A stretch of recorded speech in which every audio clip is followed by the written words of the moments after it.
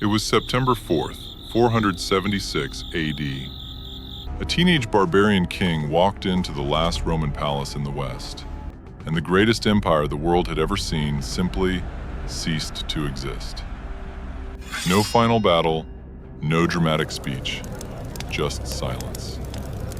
Today, we're going to find out exactly how a civilization that ruled for over 1,000 years collapsed, and what the Romans themselves never even realized was happening. At its peak, Rome controlled territory stretching from Scotland to Iraq. Over 60 million people lived under Roman law. Roman roads connected everything from London to Jerusalem.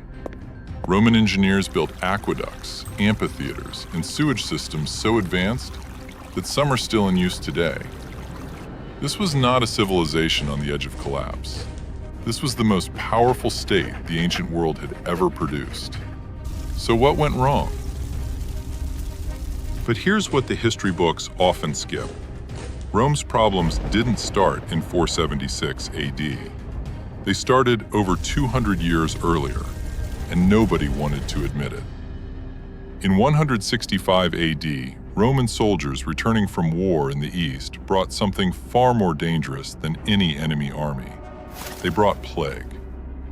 The Antonine Plague swept through the empire for 15 years straight, killing an estimated 5 million people.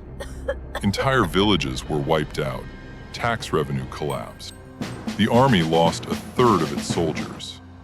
And just as Rome was recovering, another plague hit in 249 AD. The Plague of Cyprian killed 5,000 people per day in Rome alone, for 20 years straight. Think about that. 2 devastating pandemics back-to-back over 80 years. No modern medicine, no vaccines, no understanding of how disease even spread. Rome didn't just face barbarians and bad emperors.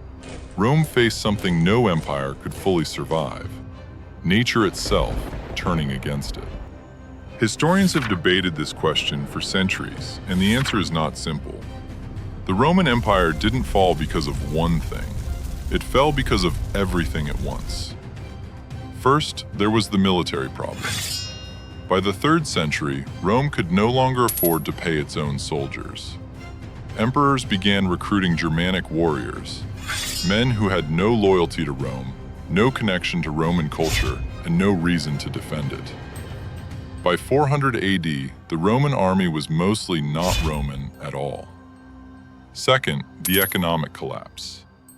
Rome's economy was built on conquest. Slaves, gold, and tribute flowed in from every conquered territory. But once the conquest stopped, the money stopped too. Taxes rose, trade collapsed, the middle class disappeared. Cities that had once housed hundreds of thousands of people shrank to tiny villages. Third, and this is the one most historians overlook, was the political chaos. Between 235 and 285 AD, Rome had over 50 different emperors. Most of them were assassinated. The empire had no stable leadership for 50 years straight. Imagine running a company where the CEO is replaced by violence every 6 months.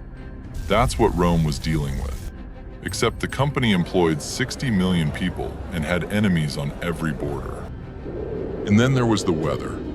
This sounds strange, but climate played a massive role in Rome's collapse that historians ignored for centuries. Between 250 and 550 AD, temperatures dropped across Europe.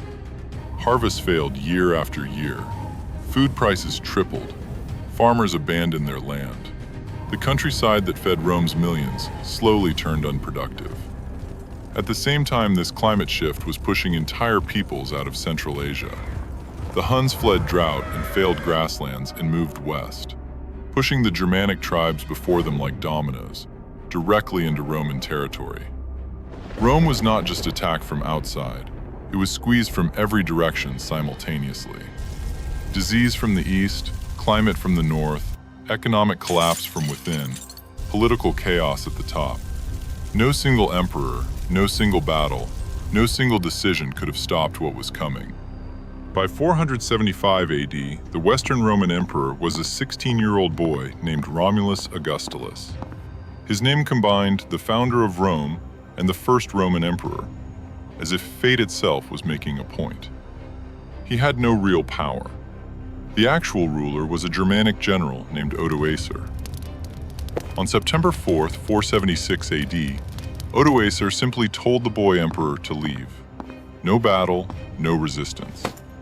Romulus packed his things and walked out of Ravenna, the last capital of the Western Empire. Odoacer sent a message to the Eastern Emperor in Constantinople. We don't need a Western Emperor anymore. And that was it.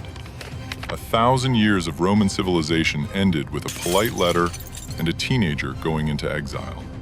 Here's the twist that most people do not know. Rome did not completely disappear in 476 AD.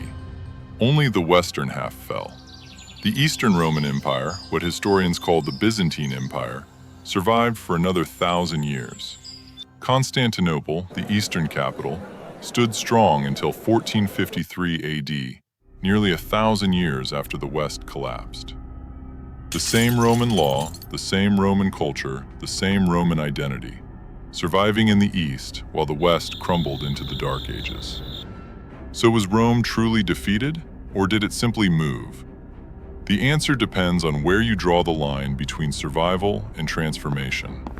And that question, what makes a civilization truly dead, is one historians still debate today. Here's what makes this story genuinely terrifying.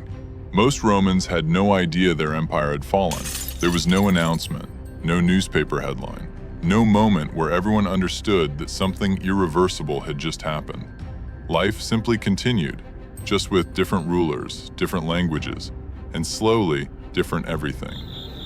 The lights didn't go out all at once. They dimmed, one by one, over generations. And by the time anyone noticed, the world they had known was already gone.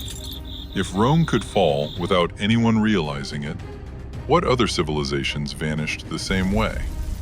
Next week, we're looking at the Bronze Age collapse, the mysterious event that destroyed not one, but 12 advanced civilizations simultaneously in less than 50 years. Nobody knows exactly why. Subscribe so you don't miss it, and tell me in the comments, which ancient civilization do you think was the most advanced?